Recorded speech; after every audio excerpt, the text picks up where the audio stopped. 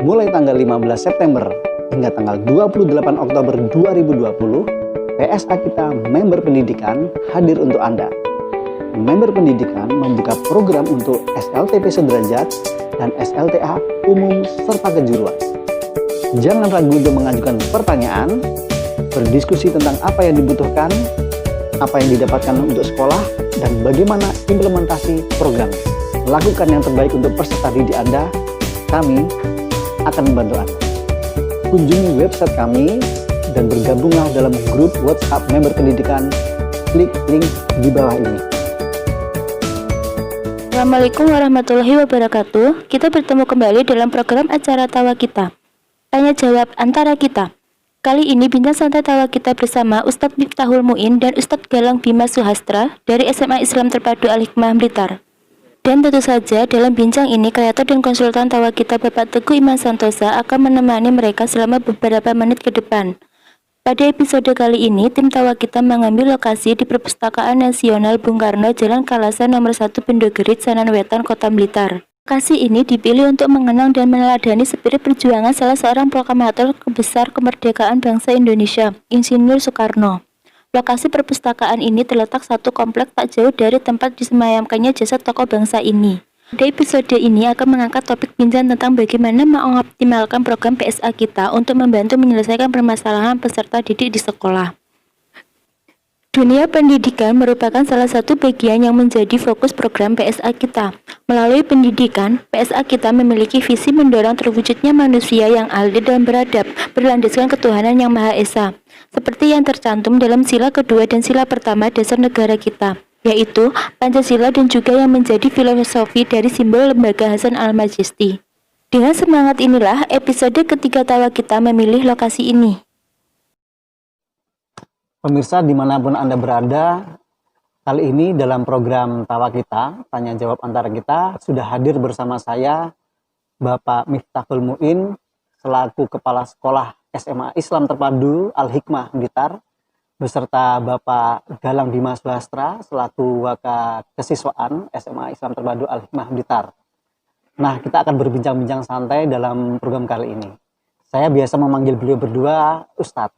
Assalamualaikum warahmatullahi wabarakatuh. Waalaikumsalam warahmatullahi wabarakatuh. Terima kasih Pak atas Teguh. kesediaan Anda berdua hadir di acara Tanya Jawab Antara Kita. Nah, tapi sebelum kita bincang-bincang santai ngobrol, kita saksikan terlebih dahulu sekilas tentang SMA Islam Terpadu Al-Hikmah Blitar. SMA Islam Terpadu Al-Hikmah Blitar merupakan salah satu sekolah swasta yang berada di Kabupaten Blitar. Terletak di Jalan Kiai Haji Agus Salim nomor 1011 Kelurahan Tanggung, Desa Bence, Kecamatan Garum, Kabupaten Blitar, Jawa Timur. Sejak berdirinya pada 20 November 2016, SMA Islam Terpadu Al-Hikmah Blitar mengacu pada konsep dasar Islam dalam pendidikan, yaitu Nizamiyah, Insaniyah, dan Hikmah Muzayyidah. Saat ini, SMA Islam Terpadu Al-Hikmah Blitar memiliki kurang lebih 100 orang peserta didik dari kelas 10 hingga kelas 12 dengan jumlah pendidik sebanyak 19 orang dan tenaga kependidikan sebanyak 2 orang.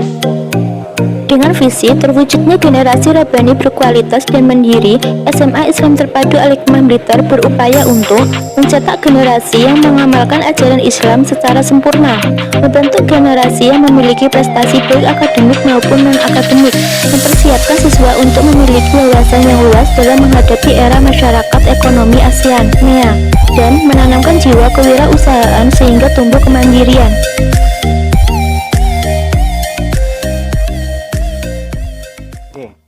Ustadz Miftah dan Ustadz Galang. Ya. Ini kan dalam acara kita santai ini kita ngobrol-ngobrol santai aja ya. Ya. Nah, jadi pemirsa, kami dari Lembaga Hasan Al-Majesti di program PSA ini mengadakan kerjasama dengan SMA Islam Terpadu Al-Hikmah Blitar dalam penyelenggaraan program PSA. Nah, kita akan ngobrol-ngobrol santai dengan dua Ustadz yang di depan saya ini. Mungkin Ustadz Miftah bisa menceritakan dulu deh, apa latar belakang terjadinya kerjasama ini. Ya. Jadi latar belakang SMA ITA Al-Hikmah bekerja sama dengan lembaga konsultan psikologi. Yang pertama itu kita melihat bahwa sejak adanya pandemi COVID-19 di bulan Maret tahun 2019 itu total budaya belajar siswa itu berubah. Yang tadinya kita lakukan proses pembelajaran secara tatap muka, maka sejak saat itu pembelajaran mengalami perubahan paradigma. Jadi anak-anak melakukan proses pembelajaran jarak jauh, bisa dari rumah, bisa dari tempat-tempat yang lain, gitu ya. Yang jelas antara guru dan siswa itu tidak berada dalam satu ruang. Nah, dan kami melihat bahwa pandemi ini akan berjalan tidak sebentar, ya, cukup lama. Sehingga kita membutuhkan satu lembaga yang bisa membackup kami untuk memantau atau mengontrol karakter anak selama pembelajaran jarak jauh kita lakukan. Karena guru dan siswa tidak berada dalam satu ruang, maka kalau pembelajaran dulu itu mindsetnya adalah guru sebagai pusat. Nah, sekarang anak-anak itu menjadi pusat proses pembelajaran. Sehingga anak-anak harus punya karakter tanggung jawab, harus punya kemandirian. Nah, ini yang ingin kita akselerasikan, harus segera berkembang pada diri anak, harus muncul ya karakter ini. Itu yang pertama. Yang kedua, kami ingin memotret bagaimana karakter anak dari sisi yang lain. Mungkin selama ini kami melihat anak-anak kita baik-baik saja.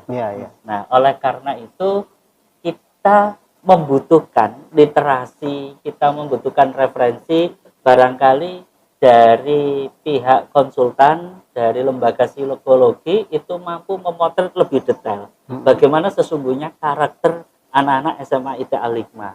Apakah mereka sudah siap untuk melakukan pembelajaran jarak jauh ataukah masih membutuhkan proses pendampingan yang lebih intens. Jadi itu latar belakangnya. Dan yang ketiga, kami melihat bahwa lembaga konsultan psikologi Hasan Al-Mayesti ini sudah berpuluh-puluh tahun bergerak atau berkecimpung di dunia pendidikan, dan saya yakin lembaga ini mampu. Baru 15 tahun. Baru puluhan tahun itu kan bisa 10, lebih dari 10 tahun.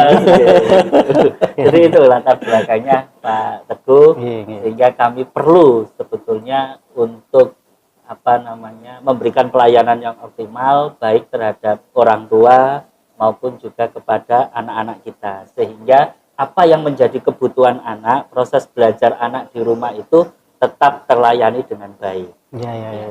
Saya ingin ke Ustadz Galang dulu nih ya. Ustadz Galang, ini perkembangan anak-anak terakhir sebelum masa pandemik hingga menghadapi situasi pandemi ini sebenarnya seperti apa ini? Anak-anak begini, kalau ketika dalam kelas itu kan berarti ini ya sebelum pandemi ya.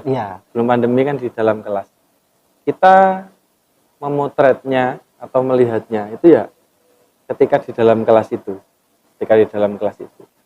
Proses pembelajaran sejak pagi sampai dengan sore hari di SMA IT Al-Hikmah itu menjadi potret yang itu gimana ya? Ya, secara umum anak-anak itu bisa terkontrol gitu loh. Secara umum itu anak-anak bisa terkontrol. Karena ya jadwal sudah jelas, ya apa yang harus dilakukan jelas, kegiatannya jelas gitu. Sehingga ya sesuai dengan kegiatannya, sesuai dengan ininya gitu ya. Itu kan nanti akan berbeda gitu maksudnya. Yang tadi disampaikan oleh Bapak Kepala Sekolah. Dengan kondisi yang sekarang yang kita itu tidak bisa secara langsung gitu. Sebenarnya kalau menggunakan data ini ya, data asesmen ini, sebenarnya yang diinginkan oleh sekolah itu apa sebenarnya? Katakanlah misalnya ini kita tidak perlu menggunakan data asesmen, udahlah kita lakukan seperti biasanya, itu kira-kira pertimbangannya apa itu? Begini, seperti yang disampaikan oleh Ustadz Galang tadi, kalau pembelajaran sebelum pandemi, kontrol penuh perilaku siswa itu berada pada tangan guru. Jadi kita bisa mengharapkan perilaku apa yang muncul. Tetapi di masa setelah pandemi itu karena anak-anak dan guru itu kan tidak berada dalam satu ruang. Nah, kita mengharapkan perilaku yang sudah kita desain itu muncul pada diri anak, tetapi kita kontrol dari jarak jauh. Nah, sehingga kita membutuhkan peran orang tua, kita membutuhkan peran masyarakat supaya karakter yang kita harapkan itu muncul pada diri anak itu bisa tumbuh. Nah, pembelajaran saat ini ya, Ustadz Galang, ini yang sering kita diskusikan di guru dengan ustadz-ustadzah di sekolah. Kalau pembelajaran sebelum masa pandemi, itu saya ibaratkan guru dan siswa itu berada dalam satu kendaraan, kemudian dia menuju ke satu kota misalkan, katakanlah dari Blitar ke Surabaya. Karena dalam satu kendaraan, ketika di dalam perjalanan ada permasalahan, ada sesuatu yang tidak diharapkan itu muncul, itu guru bisa melakukan eksekusi, bisa menyelesaikan masalah. Sehingga capaian yang dituju, anak-anak sampai kota yang dituju, itu secara bersamaan. Bareng-bareng gitu. Tetapi saat ini sudah berubah, sudah mulai mengalami pergeseran. Anak-anak menuju kota Surabaya itu melalui rute-rute yang berbeda-beda dengan alat transportasi yang berbeda sesuai dengan kemampuan anak gitu loh. Nah, barangkali di situ nanti masuknya kemampuan anak itu. Kemampuan anak yang berbeda. Jadi misalkan kita ke Surabaya, di awal pertemuan itu kita sampaikan, anak-anak tujuan kita adalah kota Surabaya. Kalian bisa bergerak menuju kota Surabaya, boleh lewat Malang, boleh lewat Jombang, boleh lewat Kediri, boleh lewat Pare, boleh lewat tol, boleh naik motor dan sebagainya. Sehingga ketika sampai tujuan itu berbeda-beda. Ada yang cepat, ada yang lambat. Nah, tugas guru itu memastikan. Tugas guru memastikan anak itu terus bergerak menuju kota Surabaya. Yang sudah sampai Surabaya duluan bisa melanjutkan perjalanan ke kota selanjutnya. Nah, yang kami harapkan dari lembaga konsultan psikologi mendeteksi anak ini tidak bergerak, kenapa? Apakah karena persoalan teknis atau mungkin mindset pada diri anak ini yang belum lahir, belum muncul tanggung jawab pada dirinya, kemandirian dan juga kepercayaan diri. Nah, ini kemudian kami merasakan butuh satu lembaga yang profesional yang betul-betul paham tentang psikologi anak. Jadi itu Pak Teguh. Gimana Ustadz Galang? Iya, ya itu. Jadi kemarin kan kita sudah sempat mengambil data ya Ustadz Galang ya. Kelas 10, kelas 11 dan kelas 12.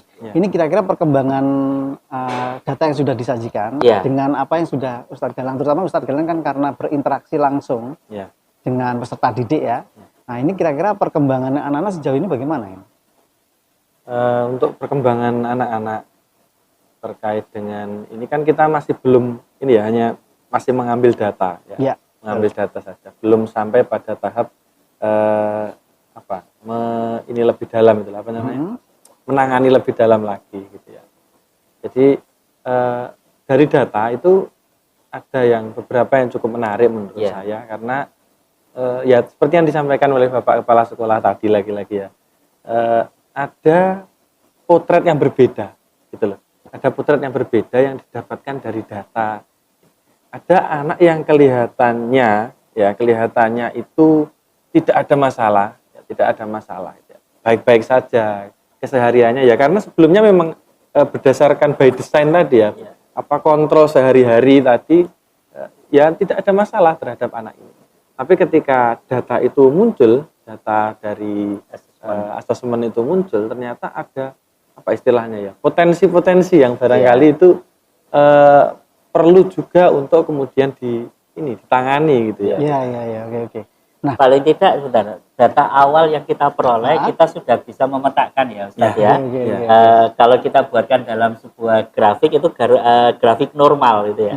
Ada sebagian persen kecil sebetulnya anak-anak yang butuh pendampingan. Nah, yang dalam kurva normal ini ya biasa kita berjalan, kemudian kita tetap melakukan pemantauan. Nah, anak-anak yang masuk dalam kalau grafik normal itu kan yang bagian kecil ini, yang bagian kecil yang butuh pendekatan secara persuasi, butuh pendekatan secara intens. Jadi energi kita itu bisa kita fokuskan. Tidak semua anak, karena kebutuhan setiap anak berbeda. Jadi bisa kita fokus. Paling tidak kita sudah punya data awal seperti itu, sehingga nanti desain pendampingan itu bisa lebih terarah. Begitu, Pak. Nah, ini kira-kira dari data yang sudah kita sajikan ya. Kita kan kemarin sempat ini pemirsa menyelenggarakan workshop dengan Ustadz dan Ustazah di SMA Islam Terpadu Al-Hikmah. Jadi pembahasan di workshop itu salah satunya adalah tentang data anak-anak. Jadi data anak-anak itu kita sajikan ke di program workshop itu. Ada beberapa hal menarik ya Ustadz Galang ya. Ini mungkin nanti setelah ini Anda bisa melihat dan menyimak beberapa komentar dari Ustadz dan Ustazah yang ikut workshop. Assalamualaikum warahmatullahi wabarakatuh. Saya Ustazah Arum Wulandari, guru SMA IT Al-Hikmah Blitar, yang kemarin menjadi salah satu mentor di acara AKAR, Akademi Karakter Robbani SMA IT Al-Hikmah. Nah, di AKAR itu anak-anak dibiasakan untuk melaksanakan kegiatan sesuai dengan jadwal. Jadwal yang membuat mereka sendiri, cuma kita hanya mengarahkan, memberikan garis besar yang harus dilakukan dalam sehari utuh itu apa, ada 3 macam. Untuk hal-hal yang wajib, kita selalu memotivasi, menekankan untuk melaksanakannya tepat waktu, sehingga tidak menunda-nunda pekerjaan. Kemudian untuk hal-hal yang sifatnya tugas pribadi, itu juga kita biasakan untuk melaksanakan sendiri, tidak dibantu oleh asisten atau mungkin pembantu dan orang tua. Tiap anak berbeda, dan intinya anak-anak harus punya komitmen untuk melaksanakan apa yang sudah direncanakan pada hari-hari kemarin sesuai dengan yang direncanakan itu. Jadi anak-anak diminta untuk komitmen, konsisten, dan juga istiqomah. Oh iya, kebetulan anak-anak saya yang saya pegang kemarin itu lumayan baik dalam tanggung jawab dan juga kemandirian. Jadi insya Allah tidak ada masalah, dan harapan saya AKAR ini bisa dilanjutkan. Insya Allah demikian dari saya. Mohon maaf. Assalamualaikum warahmatullahi wabarakatuh. Assalamualaikum warahmatullahi wabarakatuh. Saya Ustadz Idris Tiko Adi, merupakan salah satu mentor di Akademi Karakter Robbani. Alhamdulillah program Akademi Karakter Robbani telah berjalan dengan baik. Namun masih ada beberapa karakter-karakter yang ada di siswa yang masih perlu dikuatkan, seperti motivasi, karakter tanggung jawab, dan karakter kepercayaan diri. Untuk motivasi sendiri, anak-anak masih perlu banyak dorongan untuk dapat menyelesaikan tanggung jawabnya yang telah mereka tentukan sendiri di program karakter Akademi Karakter Robbani tersebut. Untuk hal-hal yang lainnya, saya rasa sudah berjalan dengan baik. Cuma perlu ada tindak lanjut untuk terus menguatkan karakter-karakter siswa. Itu saja yang bisa saya sampaikan. Semoga program Akademi Karakter Robbani ini bisa terus dilaksanakan dan menjadi salah satu program unggulan di SMA IT Al-Hikmah. Demikian. Wassalamualaikum warahmatullahi wabarakatuh. Assalamualaikum warahmatullahi wabarakatuh. Saya Ustazah Uki Lestari. Saya adalah salah satu mentor pada program AKAR, Akademi Karakter Robbani. Saya mementori siswa kelas 12, beberapa ya, ada 6 siswa di situ. Program ini dimulai dengan siswa membuat jadwal secara mandiri. Jadwal tersebut dimulai dari pukul 3 dini hari sampai mereka tidur kembali. Dari keterlaksanaan jadwal ini, mereka akan dinilai bagaimana sih tanggung jawabnya, bagaimana kemandiriannya, bagaimana motivasi dirinya terhadap pelaksanaan jadwal tersebut. Secara umum, mereka sudah melakukan sebagian besar dari jadwal yang telah mereka susun. Namun, ada beberapa bagian yang belum terlaksana. Ada siswa yang beberapa kali itu mereka terlambat dalam mengikuti jadwal sekolah, mengikuti Zoom streaming yang dilakukan oleh sekolah. Motivasi mereka perlu ditingkatkan kembali. Kemudian ada tugas-tugas juga yang diberikan di situ dari program entrepreneur. Mereka diberikan tugas, kemudian di deadline, dan mereka ada yang mepet-mepet gitu mengumpulkannya. Untuk kedepannya, saya berharap ada tindak lanjut dari pihak yang sudah bekerja sama dengan program AKAR ini, sehingga anak-anak nanti bisa ditingkatkan tanggung jawabnya, kemandiriannya, motivasinya juga meningkat, sehingga dalam pembelajaran hasilnya juga akan semakin memuaskan. Insya Allah itu dari saya. Sekian, wassalamualaikum warahmatullahi wabarakatuh. Oke, Ustadz Miftah dan Ustadz Galang. Ya. Saya kemarin kan mendapatkan masukan-masukan dari Ustadz dan Ustazah ya. Ada satu pertanyaan yang menarik buat saya. Itu adalah si anak A ini, misalkan kita membuat simbol itu aja ya. Si A ini dari datanya kok anaknya bermasalah kan gitu ya. Kemudian ternyata dari perilaku pengamatan Ustadz atau Ustaznya yang menjadi mentor dalam program AKAR ya, seperti itu baik-baik saja kan gitu ya. Nah, ini sedikit yang saya rasa perlu Anda ketahui bersama. Jadi ketika data diambil, kemudian di data itu disebutkan bahwa anak ini bermasalah di aspek tertentu kan gitu ya. Itu sebenarnya ada dua sebenarnya, Ustaz.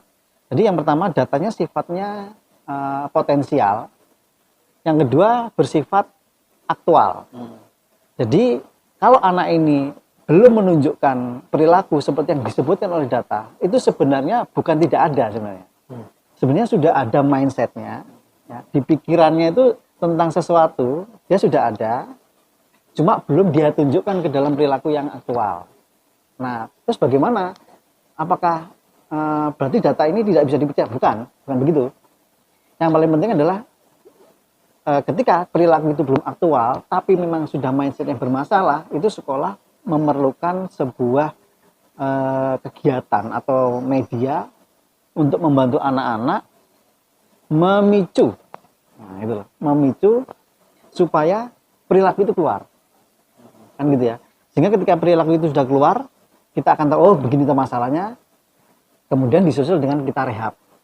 Nah, itu yang paling penting. Jadi perilaku yang belum aktual itu sifatnya potensial, itu salah satu yang bisa dilakukan oleh sekolah adalah dengan cara memicu. Tapi bukan hanya memicu, direhab juga. Kalau tidak direhab ini bermasalah. Dipicu saja jadi bermasalah. Pendampingan Betul, secara salah satunya dilakukan pendampingan secara agar intensif. perilaku yang tidak diharapkan tadi itu bisa terminimalisasi. Betul. Jadi anak-anak ini kalau misalnya perilakunya tidak aktual, Ustaz ya, nanti masalahnya adalah ketika dia nanti itu tidak tertangani di sekolah, itu akan dia bawa setelah dia lulus. Dan itu nanti kalau menjadi masalah di kemudian hari, nah inilah, ini salah satu jadi bom. Jadi bom. Nah, ini salah satu tugas pendidikan kita ini seperti ini. Gitu. Nah, oke. Kemudian beberapa masalah yang lain lagi adalah ketika jadi dari data hasil PSA yang kemarin kita ambil ya, Ustaz.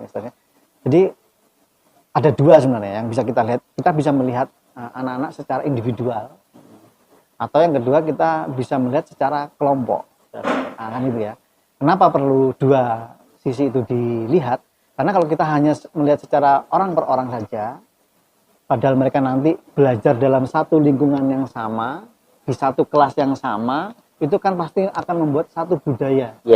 Budaya belajar di kelas, gitu ya, yang hampir seragam. Nanti kalau misalkan anak-anak yang bermasalah ini kumpul dalam satu kelas yang sama misalnya ya, kemudian membentuk budaya belajar baru, itu nanti akan jadi masalah baru lagi.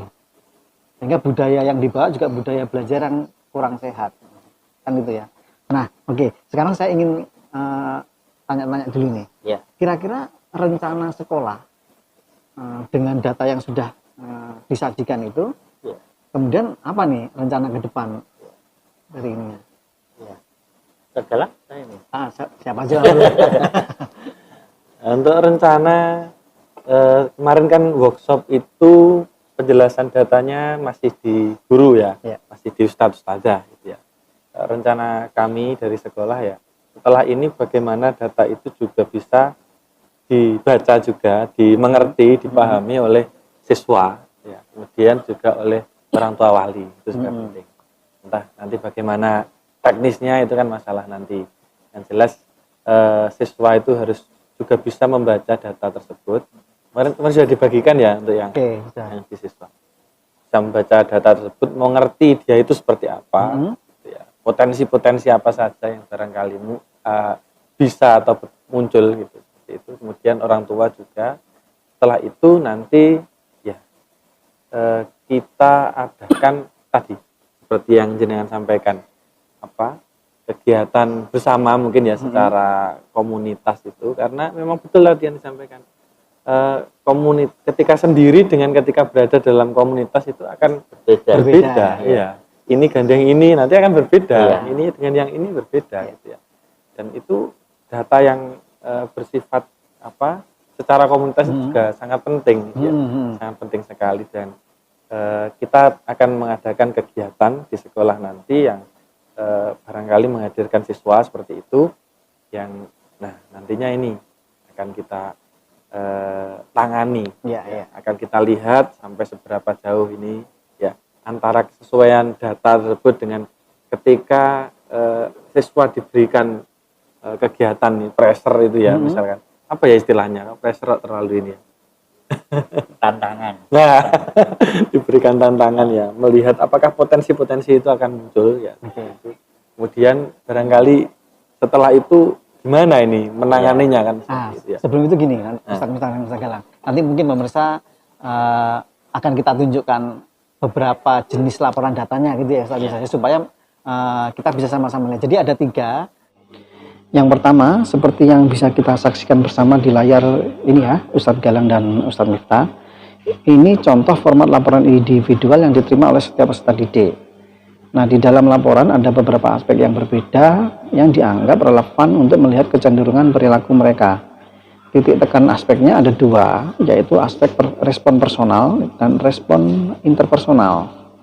Di bagian laporan individual ini, kita sama-sama bisa melihat seberapa kuat atau dominan kecenderungan mereka. Ya, mungkin ini bisa dikatakan dalam tanda kutip itu semacam potret mindset individual. Nah, gitu ya Ustaz ya. Nah, artinya beberapa bagian dari aspek mungkin sudah ditunjukkan dalam perilaku aktual mereka sehari-hari, dan beberapa hal yang lain masih bersifat potensial. Nah, yang bersifat potensial inilah yang perlu dirangsang supaya perilaku aktualnya muncul, dan bila memang dianggap beresiko, bisa segera mendapatkan tindakan pencegahan sejak dini supaya di kemudian hari tidak menjadi masalah untuk mereka. Nah, nanti setiap anak akan menerima laporan seperti ini, dan yang terpenting adalah mereka akan diberikan penjelasan bagaimana cara membacanya. Ini dibutuhkan ya, karena tindakan pencegahan dan perbaikan akan lebih efektif bila berangkat dari kesadaran dan pemahaman yang baik setiap orang pada diri mereka sendiri. Yang kedua nanti sekolah juga dapat kopinya kan gitu ya Ustaz ya. Kemudian kedua itu jenis data yang pertama. Kemudian yang kedua nanti data disajikan dalam bentuk rekap. Di rekap itu nanti sekolah, ini untuk sekolah ya. Sekolah akan bisa melihat siapa saja yang bermasalah. Di situ kan nanti akan ada tampilannya, nanti akan ada nama-nama, kemudian nanti akan ada di setiap aspek tinggi rendahnya ada merah-merahnya. Jadi setiap ada yang berwarna merah itu berarti dia bermasalah di aspek tersebut. Jadi nanti sekolah langsung tahu, oh si ini bermasalah di bagian ini. Itu yang jenis kedua.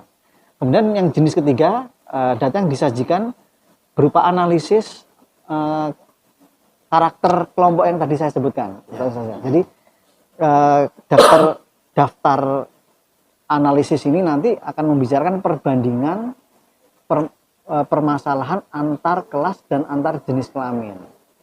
Misalnya nanti untuk kelas IPA dan kelas IPS sebenarnya paling beresiko yang mana, kan gitu ya. Jadi ketika nanti sekolah ingin atau punya rencana membuat program rehabilitasi atau tindak lanjut kan gitu ya, itu ada prioritas kan gitu ya. Jadi sehingga siapa-siapa atau kelas mana yang perlu mendapatkan prioritas untuk di rehab dulu atau diberikan semacam pelatihan kecil kan gitu ya.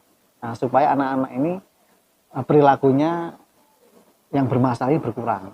Nah, kan gitu ya. Itu yang mungkin nanti Anda bisa lihat di tampilan ini jenis-jenisnya seperti itu. Oke, sekarang saya ke Ustadz Miftah dulu nih. Iya.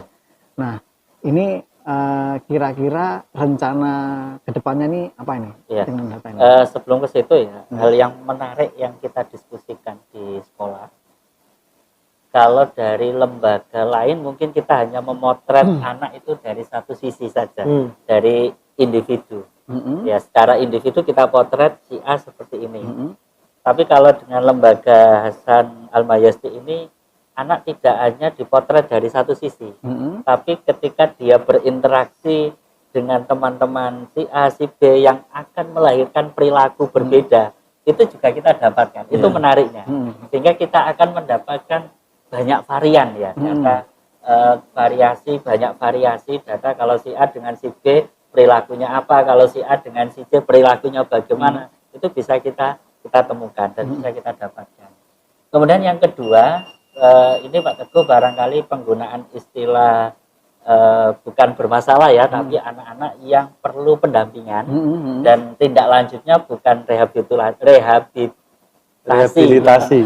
Bukan rehabilitasi, tetapi pendampingan lebih intensif sehingga anak-anak ini nanti potensinya itu bisa kita tingkatkan. Nah, harapan saya seperti yang disampaikan oleh Ustaz Galang tadi, setelah melakukan workshop kita paparkan juga dengan Ustaz-Ustazah, kemudian nanti ada pemanggilan kepada siswa baik secara secara kelompok, secara komunitas atau konvensional, nanti juga kita lakukan konseling secara pribadi. Harapannya nanti di samping itu juga perlu harus kita sampaikan ke orang tua, sehingga nanti orang tua, sekolah, dan anak serta masyarakat itu bisa bersinergi. Ini yang kita harapkan, perilaku yang kita harapkan muncul pada diri anak itu seperti ini, sehingga nanti Pak Teguh, harapan saya sederhana kok. Anak-anak itu ketika belajar itu tanpa diinstruksi. Jadi kalau dulu anak-anak itu makan itu masih disuapin. Sekarang kalau dia butuh makan ya harus cari sendiri. Ya harus makan sendiri tanpa menunggu disuapin dan sebagainya. Sehingga kebutuhan itu ada titik kesadaran. Saya itu harus belajar loh. Kenapa kok saya harus belajar?